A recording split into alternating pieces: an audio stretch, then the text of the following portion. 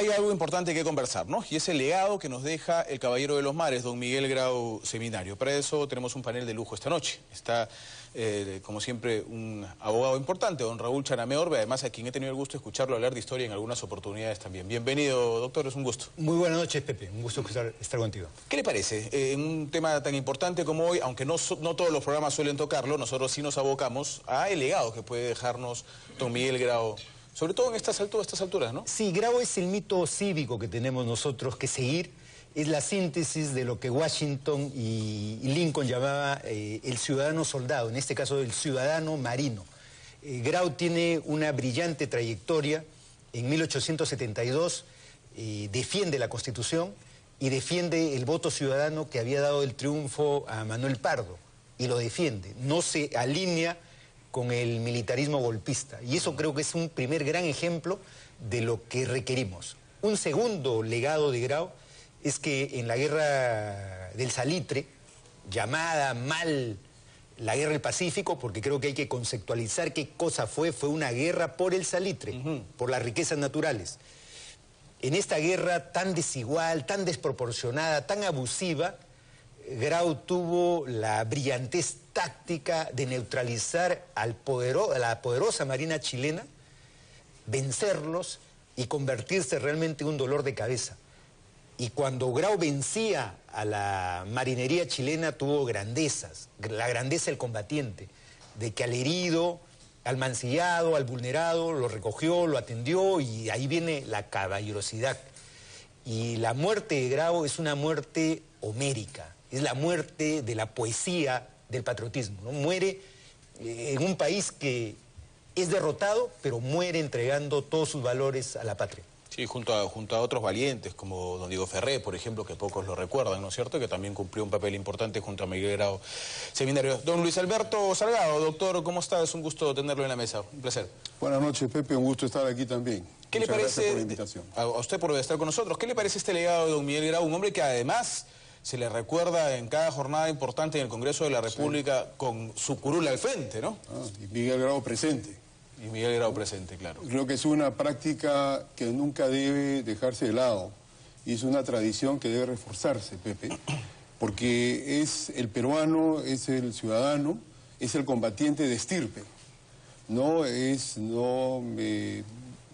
atrevería yo a decir que junto con don Francisco Bolognesi son los dos baluartes y pilares de la concepción republicana, del heroísmo, de la integridad, ¿no? Y en ese sentido es un importante ejemplo permanente. Y por otro lado, creo que otro de los importantes legados es dentro de esta bonomía, de esta generosidad, de esta grandeza del combatiente peruano. Conversábamos, Miguel Grau es uno de los pioneros del derecho internacional humanitario, ¿no? Se adelantó por 70 años a los convenios de Ginebra de 1949, que como bien adelantó el doctor Charamé, se firmaron 4 años de culminada la Segunda Guerra Mundial, luego de estas atrocidades, ¿no?, que se expresaron durante ese segundo conflicto bélico mundial, en el sentido de que al náufrago, al herido, se le rescata. Entonces, esa situación es un poderoso mensaje ético de don Miguel Grau, y un ejemplo, inclusive, para el enemigo vencido y derrotado. Esta es una lección moral muy importante, y por otro lado, en contraste también, mientras eso ocurría con Miguel Grau y con los náufragos chilenos heridos, ya a punto de morir si es que no se le rescataba, a don Leoncio Prado, otro de los héroes nuestros, era fusilado, herido por las huestes chilenas, que me permito agregar un tono más, no fue la guerra del Salitre, pero fue fundamentalmente una guerra de rapiña, ¿no? Entonces, por un lado, mientras Grau rescataba a los chilenos heridos, por otro lado, los chilenos fusilaban a Leoncio Prado, herido en su lecho de moribundo, y encima se produjo esto que en primaria y en media estudiábamos nosotros como la figura del repase. Es decir, a los soldados peruanos heridos se les remataba con los bayonetazos chilenos, ¿no? Era una total disparidad. Son dos temas centrales para tener muy presente y que nuestra juventud y nuestra adolescencia la tenga también muy presente, ¿no? Además, un hombre que mostró valor y honor al uniforme, que sabiendo que en desventaja, digamos, en baterías podía estar, pero no en tácticas, no en entrega, no en valor, no en patriotismo, que era algo tremendamente resaltable para un hombre como Miguel Grau Seminario. Don Julián Cortés, ¿cómo está? Bienvenido, buenas noches. Muy buenas noches. Bueno, a lo dicho que describe el comportamiento de Grau en una época muy dura que le tocó vivir al país, hay que agregar que no solamente rescató a los heridos del mar, sino también a los despojos de algunos soldados muertos que estaban flotando en el mar y los llevó para entregarlos a sus familiares en Chile. Otra cosa que Grau no hizo fue atacar a pequeñas poblaciones ribereñas en Chile porque estaban desarmadas. En cambio, los chilenos sí atacaron poblaciones nuestras. Entonces hay que rescatar esa figura y esa imagen de un héroe peruano que es, pues, logra tener también el apoyo de algunas personas en Chile que le envían cartas diciéndole, agradeciéndole por su conducta. Por eso se le llama el Caballero de los Mares. Pero quería agregar a esto la foja del político. Durante 4 años fue diputado. Impecable. Ojalá que nuestros políticos, los políticos de hoy día, lean, se informen, tengan acceso a esa etapa histórica en la que Miguel Grau se desempeñó como político, como diputado nacional, y fue realmente impecable y no tuvo ningún cuestionamiento. Y nosotros recordamos también a Julio Octavio Reyes, ¿no? Periodista, lo que ahora conocemos como corresponsal de guerra. Él tendría que haberse sido llamado un corresponsal de guerra que acompañó a Miguel Grau por sus travesías militares. Si bien es cierto, no murió en el mismo combate, pero digamos que siguió, hizo el recorrido y narró como periodista todas esas travesías de don Miguel Grau Seminario.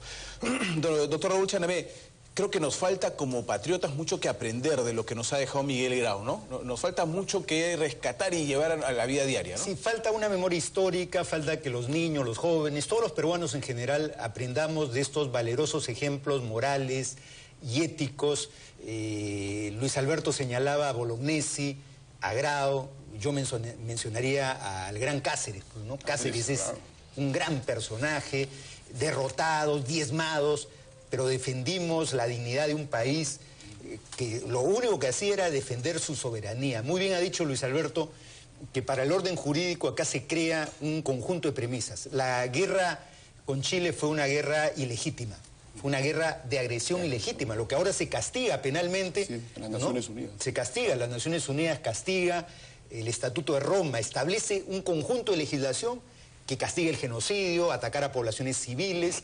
Hoy día el derecho humanitario que practica Grau se adelanta, muy bien se adelanta, porque no solamente es un gesto, sino es el contenido, que toda guerra tiene límites.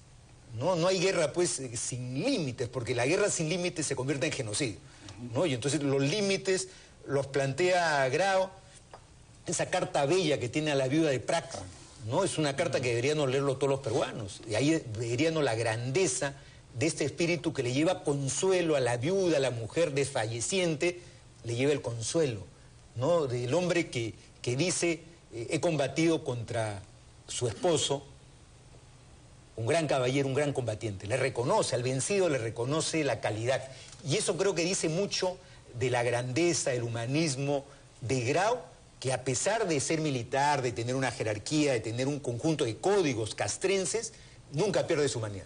Sí, pues es impresionante recordarlo, ¿no? Sí. Sí, adelante, por favor. Sí, yo quería un poco de acuerdo sobre la base de lo que ha dicho mi colega Raúl Chanamé y el doctor Julián Cortés, en los tiempos actuales, ¿no? Es decir, ¿qué tenía don Miguel Grau Seminario en su mente, cómo él alimentaba su alma, qué es lo que él entendía por patria. No era un concepto de patria excluyente, sino un concepto de patria humanitario. Bien, efectivamente se adelantó al derecho internacional humanitario. No se fusila a los heridos, se rescata a los náufragos, no se bombardean poblaciones civiles, ni mucho menos inermes, solamente blancos militares. Esos son temas que hacen a la grandeza y a la inteligencia ética y moral de nuestro Miguel Grau, ¿no? Entonces, y aparte de su capacidad táctica y su inteligencia como militar.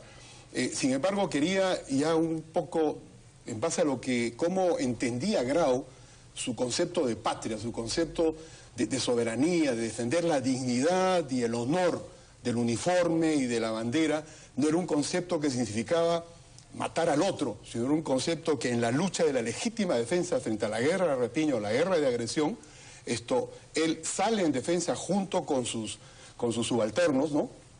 Con los marinos y tantos que cayeron ahí para defender ese concepto. Yo quería emplear ello para ver qué viene ocurriendo ahora.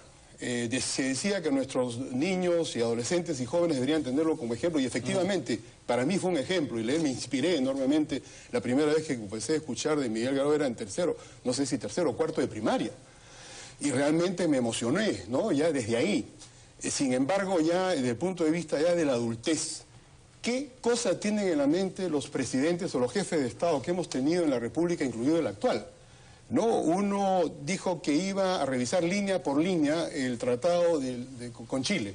Sin embargo, lo aprobó como decreto supremo y le dio un rango simplemente de un convenio. El actual presidente dijo que se iba a rescatar la dignidad de los peruanos, iba a revisar eso, ¿no? Y por supuesto el señor presidente anterior, el señor García, no hizo nada de ello y más bien consolidó el dominio del espacio aéreo peruano en el 90% por las naves de LAN Chile. Sí, pero eso fue ¿no? Y el señor Enrique Correjo, ministro de Transporte, fue uno de los temas junto con su jefe, el señor Alan García. Y actualmente, entonces, ¿qué significa esto? Sectores estratégicos de nuestra industria, de nuestra producción, que tiene que ver inclusive con la seguridad nacional, están controlados por empresas vinculadas a Chile. Y esto no es ningún tipo de rechazo ni fobia a Chile, sino simplemente una cuestión de estricto análisis político de que no existe simetría. Si en estos momentos estuviera vivo don Miguel Grau y don Francisco Bolognesi, ¿qué cosa dirían ellos frente a esta situación? Esta es una cuestión muy práctica, muy concreta, que tiene que hacer con la profunda reflexión, precisamente como 8 de octubre, aniversario del combate de Angamos de 1879, ¿no? Sí, no hay ninguna duda que hay algo que se llama geoestrategia y hay algo que se llama geopolítica que entra dentro del análisis sin ninguna duda de lo que está pasando con Chile. Don Julián. En 1877, en su calidad de comandante general de la Marina, Miguel Grau hizo llegar un informe acerca de la situación de la Armada peruana, que en esa ocasión era catastrófica. Solamente teníamos casi un buque operativo. Mientras tanto, la Armada chilena tenía 8. Era una relación de 1 el Perú, 8 Chile. Y el comentario que hizo Miguel Grau a las autoridades de esa época, 1877, fue que estamos en muy malas condiciones para la defensa del mar Pacífico. Pues bien, 4 meses después de ese informe, la Cámara de Diputados de esa época decidió archivar el informe y el estudio que hizo Miguel Grau. 1 año y medio después, Chile nos declara la guerra, ya sabiendo que estamos en pésimas condiciones, sobre todo en el frente marino. Pero quiero agregar a lo que ha dicho nuestro amigo Luis Alberto Salgado. Efectivamente, en los últimos tiempos, los presidentes peruanos, los dirigentes políticos del Perú, en vez de fortalecer las Fuerzas Armadas en general, lo han debilitado. Yo recuerdo el caso, por ejemplo, de Alan García rechazando un contrato de compra de Mirage, que fue luego todo un escándalo. Se rechazó el contrato, se entregó a otros países y también rechazando los contratos para la fabricación de naves en Italia. Eso también lo hizo García. Pero algo peor, años anteriores, el presidente Fernando Belaúnde Terry adquirió 2 barcos de guerra. Nunca funcionaron, se quedaron en el Callao. Muy bien, estaba hablando del primer gobierno de García del 85 al 90, ¿no es cierto? Con el tema de los Mirage, que fue un escándalo total, un escándalo total. Y yo quería recordar algo también, doctor Chanamé, que muchos seguramente no les gusta recordar, sobre todo hablando de política actual, ¿no? Don Miguel Grau Seminario en algún momento pudo haber evitado el inmolarse, ¿no?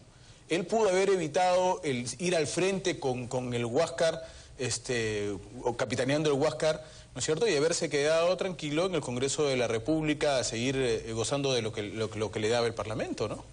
Sí, hay en Grau, es otro tema que hay que estudiar, son las cartas a su esposa. El testamento que hace a sus hijos, es brillante el testamento, lo que le deja, ¿no? No les dejo riqueza, les dejo una conducta moral, ¿no? Entonces creo que eso dice mucho de este hombre con un talante muy especial. Pero yo quiero retomar lo que decía Julián Cortés en el sentido de que las proporciones marítimas de Chile en 1879 eran un 50% de lo que hoy día tiene. Un 50%. Y tenía 10 veces más artillería que la peruana. Y el Perú tenía de costa, nuestra costa es muy grande, pero hoy día tenemos el 70% de lo que teníamos en aquella época. O sea, teníamos mucho más de costa, pero la imprevisión, la falta de planificación, la falta de visión estratégica, nos había llevado a tener una marina que se había quedado en la época de Castilla, porque Castilla es el que compra estos navíos. O sea, teníamos un atraso de cerca de 20 años, mientras Chile estaba en lo más avanzado técnico y la paridad militar era absolutamente desproporcionado a favor de Chile. El día de hoy seguimos discutiendo el tema marítimo, está el tema de Bolivia, ¿no? Bolivia que ha sido enclaustrada, es un tema importante y que claro, la diplomacia peruana no lo puede decir, pero para el Perú es un tema donde tenemos que hablar y pronunciarnos, ¿no? Porque allí es el legado, pues, de esta guerra infausta, guerra de agresión, que le cuesta el desarrollo a Bolivia. Bolivia, parte de su desarrollo está basado en este encierro terrestre, y también nosotros, el otro tema dramático, es que al lado del heroísmo de Cáceres, al lado del heroísmo de tantos peruanos, la clase política discutía, la clase política se produce un golpe de Estado, en el 79 un golpe de Estado en plena guerra, la división interna, ¿no? Chile, y esto también hay que analizarlo, Chile hizo elecciones en plena guerra, exitosas, y Perú acabó un golpe de Estado, y ahí eso marca la división institucional entre Chile y Perú. Por eso muchos dicen que más que un triunfo chileno fue una derrota peruana, ¿no? Sí. Permítame ir, doctor, con un trabajo que nos trae Juan José del Castillo, que ha estado hoy día recorriendo las calles de nuestra ciudad para ver un poco la gente también su parecer con relación a este tema que hoy conmemoramos. Vamos a ver qué nos trae el Jota. Exteriores del Museo Naval Casa Grau. Y vamos a aprovechar que estamos aquí para preguntarle a las personas qué opinan de este ilustre personaje. Grau, el almirante Grau, mucho respeto, ¿no? Por ser un héroe nacional, un modelo a seguir, ¿no? Un caballero, como se le conoce. Yo creo que para la gente que sabe valorar las cosas, sí.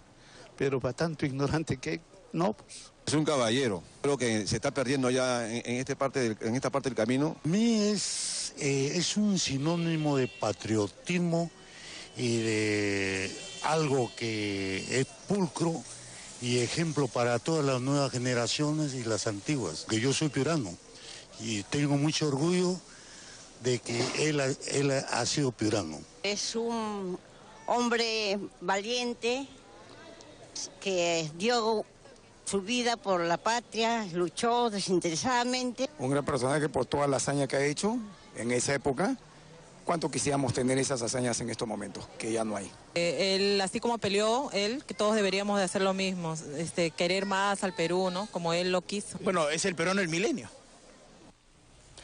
Es el peruano del milenio. Sí, pues me encantaría poder conversar con todas estas personas un poco más sobre Grau también, a ver qué tanto conocen, ¿no, doctor? Sí. A ver, yo creo en la integración política y económica de América Latina. Creo también en la fraternidad de los pueblos y que la división de América del Sur respondió a unos intereses muy distintos de los pueblos que ocupan este territorio. Y ya somos las naciones, somos los estados, las patrias, nuestros signos, nuestras banderas, etc. Pero sin embargo, creo efectivamente que debemos buscar por esta fraternidad. Pero tampoco podemos caer en este tema de una especie de entreguismo, ¿no?, negligente y casi culposo, hasta diré yo, con un nivel de conocimiento perfecto de lo que se está haciendo, de ir desguarneciendo al país, desarmando y haciéndolo más vulnerable. Esa época, recuerdo, no olvidemos que también Chile era apoyado, respaldado por Inglaterra, por la Gran Bretaña. Y hasta el casimir, o hasta la tela de los uniformes se hacían con tela, con casimir inglesa. Municiones, armas, ¿no? Mientras en el Perú, uno de los grandes dramas nuestros era que los oficiales criollos, que hablaban castellano, del ejército peruano, no se entendían con nuestros soldados, que hablaban quechua. ¿Por qué? Porque habían sido considerados excluidos de la patria y se les llamó para la guerra, y por primera vez nuestros soldados peruanos vestían, muchos de ellos, ¿no?, pantalón, y se ponían zapatos y medias.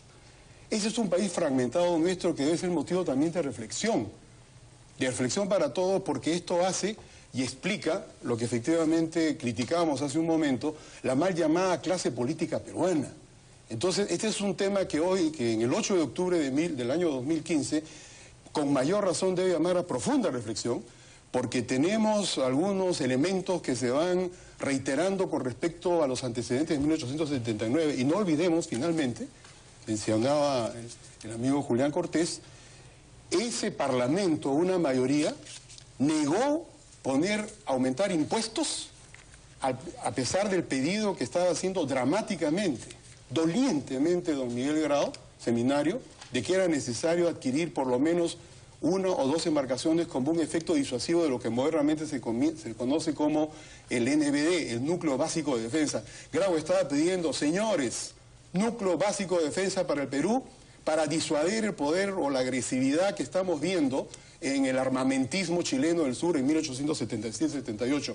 Le negaron aumentar impuestos, le negaron y mantuvieron desarmado al Perú. Y esa responsabilidad, lamentablemente, la estamos viendo hoy en los actuales gobernantes del Perú, incluyendo desde Alberto Fujimori en el año 1990, que ya vimos cómo comenzó a gestarse, ¿no?, el desarme y la privatización de industrias estratégicas, que mientras allá, en Chile, se consolidaba el poder, ¿no?, de Copelco, la Corporación del Cobre de Chile, que le da el 10% de los ingresos a sus Fuerzas Armadas, aquí desarmaba completamente la industria nacional. Sí, justo eso es lo que le iba a comentar, ese pedido de Miguel Grau, años, por supuesto, después, Chile lo asume como algo propio y le da el 10% a las Fuerzas Armadas del cobre, ¿no? Que se mantiene. Que se mantiene, por supuesto. Don Julián Cortés. Sí, efectivamente. Sobre la base de la riqueza del cobre, que está bajo el control del Estado chileno, se ha logrado constituir en ese país una potente fuerza armada. De tal manera que ahora mismo nosotros estamos en desventaja frente a Chile, porque no tenemos los recursos económicos para constituir una armada fuerte o una fuerza armada lo suficientemente capaz de responder en circunstancias difíciles. Y ahora mucha gente dirá, no están hablando de guerra esos señores de ahí. Las guerras se presentan de un día para otro. Yo recuerdo, por ejemplo, el caso de las Malvinas. Todos los periodistas estábamos tranquilos, contentos, viendo la época pasar, por ejemplo, la era del rock y qué sé yo. Al día siguiente se declara la guerra de las Malvinas, con una mortandad feroz. Por supuesto, Argentina perdió esa guerra. El Perú estuvo presente en esa ocasión porque teníamos justamente los Mirage. Justamente teníamos en esa ocasión los Mirage que fueron a ayudar a Argentina. Las guerras hoy día pueden presentarse inesperadamente de un momento a otro. ¿Y qué cosa va a ocurrir en el caso del Perú? Nos van a encontrar armados o desarmados. Muy bien, como nos encontraron en aquella época, pues sin armamento. Antes de terminar el bloque, porque se nos está yendo el tiempo, Yanina tiene algunos mensajes que contarnos. Yani, ¿cómo estás? Bienvenida. Muy buenas noches, ¿cómo están? ¿Qué tal?